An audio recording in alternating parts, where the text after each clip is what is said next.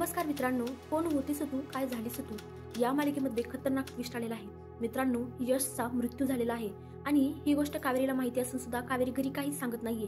कारण तिला माहिती आहे, घरी जर माला कळलं तर माचा सुद्धा जीव निघून जाईल.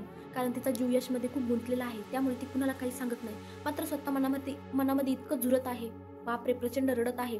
तिच्या वेदना ती कुणाला सांगू शकत नाही, स्वतः मनामध्ये ती जुरत आहे. आता मात्र मला जरा थोडी शंका येत आहे. तिला विचारत आहे, कावेरी अगं, यशची फ्लाईट लँड होऊन एवढा वेळ झाला तरी यशचा फोन का नाही आला आणखीन? मला तू खोटं बोलतेय का? तर मग कावेरी बोलते की यशचा फोन नाही आला का तुम्हाला? अहो, तिकडे ना रेंज नसेल, त्यामुळे त्यांनी कॉल नसेल केला, तर ते नवीन सिम घेऊन तुम्हाला कॉल करते. परंतु काय ऐकायला तयार नसते. मात्र शेवटी कावेरीलाच अद्दल घडवावी लागते, म्हणजे युक्ती करावी लागते. कारण यशचा फोन तर कावेरीकडे असतो, त्यामुळे कावेरी स्वतःच मेसेज टाकते की मी व्यवस्थित पोहोचलोय, मी खूप दमलोय, मी उद्या कॉल करतो. म्हणजे कावेरीला हे सगळं मनाविरुद्ध करावं लागत असतं.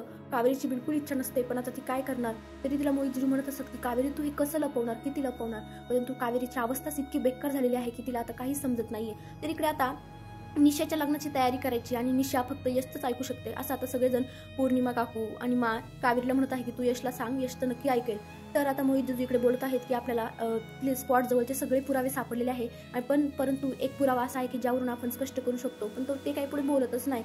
म्हणजे त्यांना पुरावे सापडलेले आहेत की यशचा नेमका मृत्यू कसा झाला, काय झालं. तर इकडे आपल्याला असं पाहायला भेटते की बोलते की कावेरी, आपण यशला आणायला दोघीही एअरपोर्टवर जाऊ. आता काय होणार? मला सगळं सत्य समजणार का? कारण एअरपोर्टवर गेल्यावर यश तर येणारच नाही, कारण तो तर थेट देवाघरी गेलाय. तो एअरपोर्टवर कसा पोहोचणार, कसा येणार? आता काय होणार? कमेंटमध्ये नक्की सांगा. मला सगळं काही सत्य कळणार का? कावेरी सांगणार का? कमेंटमध्ये नक्की सांगा. धन्यवाद.